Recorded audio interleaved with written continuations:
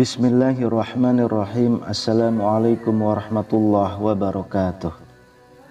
Syukur alhamdulillah kita bisa berjumpa lagi di channel ini.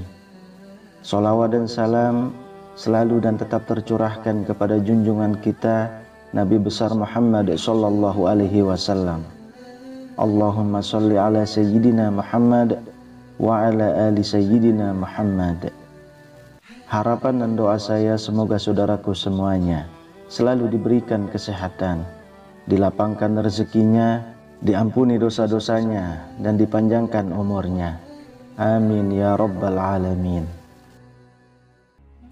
Sahabat beriman yang dirahmati Allah, Al-Quran merupakan firman Allah yang berfungsi sebagai pedoman bagi seluruh umat, merupakan petunjuk yang mesti dibaca, dipelajari, dan diamalkan isi kandungannya agar selalu berada pada jalan kebenaran. Hal ini sebagaimana Allah Subhanahu wa Ta'ala berfirman, sesungguhnya Al-Quran ini memberikan petunjuk kepada jalan yang lurus dan memberi kabar gembira kepada orang-orang mukmin yang mengerjakan amal soleh, bahwa bagi mereka ada pahala yang besar. Quran Surah Al-Isra ayat 9. Selain itu, Al-Quran juga memiliki banyak keistimewaan yang tidak dimiliki oleh kitab-kitab sebelumnya. Salah satunya, ia mampu memberikan syafaat kepada siapa saja yang gemar membacanya. Sebagaimana Rasulullah Shallallahu Alaihi Wasallam bersabda, bacalah Al-Quran, sesungguhnya ia akan datang di hari kiamat memberi syafaat kepada pembacanya. Hadis riwayat Muslim. Lantas, apa saja bentuk syafaat Al-Quran di hari kiamat nanti? Yang pertama, memberi syafaat agar masuk ke dalam surga. Al-Quran sebagai pemberi petunjuk untuk mengarungi kehidupan di dunia. Al-Quran juga pemberi syafaat agar masuk ke dalam surga. Dalam sebuah hadis, Rasulullah Shallallahu Alaihi Wasallam bersabda, bacalah Al-Quran, karena Al-Quran akan datang pada hari kiamat nanti sebagai pemberi syafaat bagi yang membacanya dengan tadabbur dan mengamalkannya.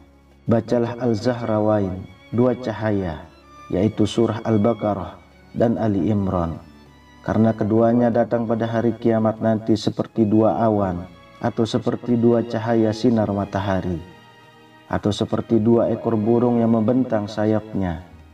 Keduanya akan menjadi penjaga bagi yang rajin membaca dua surat tersebut. Hadis riwayat Muslim. Yang kedua, dapat mengangkat derajat manusia di dalam surga. Selain memberi syafaat masuk surga, Al-Quran juga memberi syafaat mengangkat derajat manusia di dalam surga. Sebagaimana Rasulullah Shallallahu Alaihi Wasallam bersabda, dikatakan kepada orang yang menjadi penjaga Al-Quran, bacalah dengan tartil sebagaimana engkau dulu sewaktu di dunia membacanya dengan tartil. Karena sesungguhnya kedudukanmu atau tingginya derajatmu di surga adalah tergantung pada akhir ayat yang engkau baca. Hadis riwayat Abu Daud dan Tirmizi. Para ulama menjelaskan bahwa setiap seseorang membaca satu ayat, maka ia akan dinaikkan satu tingkatan surga hingga ia akan berhenti pada ayat terakhir hafalannya. Aisyah radhiyallahu anha berkata, sesungguhnya jumlah tingkatan surga itu sebanyak jumlah ayat Al-Quran, dan tidak ada satupun penghuni surga yang lebih utama, tinggi tingkatannya daripada pembaca Al-Quran. Lalu yang ketiga, dapat menghindarkan manusia dari hisab yang buruk. Setelah manusia dikumpulkan di padang mahsyar, di saat itu manusia akan menghadapi proses penghisaban amal perbuatan selama di dunia. Orang-orang yang hidup di dunia senantiasa membaca Al-Quran. Mereka akan mendapatkan syafaat dari Al-Quran, sehingga terhindar dari hisab yang buruk. Ibnu Abbas radhiyallahu anhu pernah berkata, siapa yang membaca Al-Quran dan mengikuti petunjuknya, maka Allah akan memberinya hidayah di dunia dan melindunginya dari buruknya hisab amalan di hari kiamat kelak. Karena Allah telah berfirman, maka barang siapa yang mengikuti petunjukku, maka ia tidak akan sesat di dunia dan sengsara di akhirat. Quran Surah Toha ayat 123. Dalam kitab tafsir At-Tahrir wa At-Tanwir dijelaskan firman Allah yang berbunyi, maka ia tidak akan sesat, bermakna bahwa seseorang mengikuti petunjuk yang berasal dari Allah yang diturunkan lewat lisan Rasulnya, maka ia akan diselamatkan dari adanya kesesatan di dunia ini. Adapun makna dari tidak akan sengsara adalah tidak mendapatkan kesengsaraan di akhirat nanti. Sebab bila ia telah selamat dari kesesatan di dunia ini, maka dengan serta-merta ia juga akan selamat dari kesengsaraan di akhirat kelak. Kemudian yang keempat, dapat memberi syafaat kepada orang tua. Al-Quran tidak hanya memberi syafaat kepada orang yang membaca Al-Quran saja, akan tetapi syafaat akan diberikan juga kepada orang tuanya. Rasulullah Shallallahu Alaihi Wasallam bersabda, barang siapa membaca Al-Quran dan mengamalkan apa yang terkandung di dalamnya, maka kedua orang tuanya akan dipakaikan mahkota pada hari kiamat yang cahayanya lebih terang daripada cahaya matahari. Seandainya berada di rumah-rumah kalian di dunia ini, maka bagaimana menurut perkiraan kalian mengenai ganjaran pahala orang yang mengamalkannya? Hadis riwayat Abu Daud. Syekh Abdul Aziz Ar-Rajihi hafizahullah berkata, para penjaga Al-Quran adalah orang-orang yang mengamalkan kandungannya meskipun mereka tidak menghafalkan di luar kepala.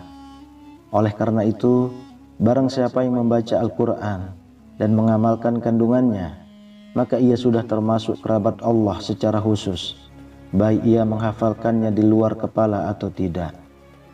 Namun, bila ia menghafalnya maka tentunya sangat utama. Dan apabila ia tidak menghafalnya dan hanya selalu membacanya lewat mushaf dengan selalu mengamalkan kandungannya, maka ia termasuk dalam golongan penjaga Al-Quran. Sahabat beriman yang dirahmati Allah, demikian penjelasan mengenai 4 syafaat yang akan diberikan Al-Quran kelak di hari kiamat. Sungguh begitu mulianya Al-Quran, tidak hanya bermanfaat di dunia, tetapi juga bermanfaat di alam kubur, dan tentunya bermanfaat di hari kiamat. Maka dari itu, dawamkanlah Al-Quran dalam kehidupan sehari-hari. Semoga barang siapa yang istiqomah dengan Al-Quran, ia termasuk orang-orang yang akan mendapatkan syafaat dari Al-Quran. Amin ya Rabbal Alamin. Wallahu a'lam bishawab. Demikian yang bisa saya bagikan. Semoga bermanfaat untuk kita semua. Assalamualaikum warahmatullahi wabarakatuh.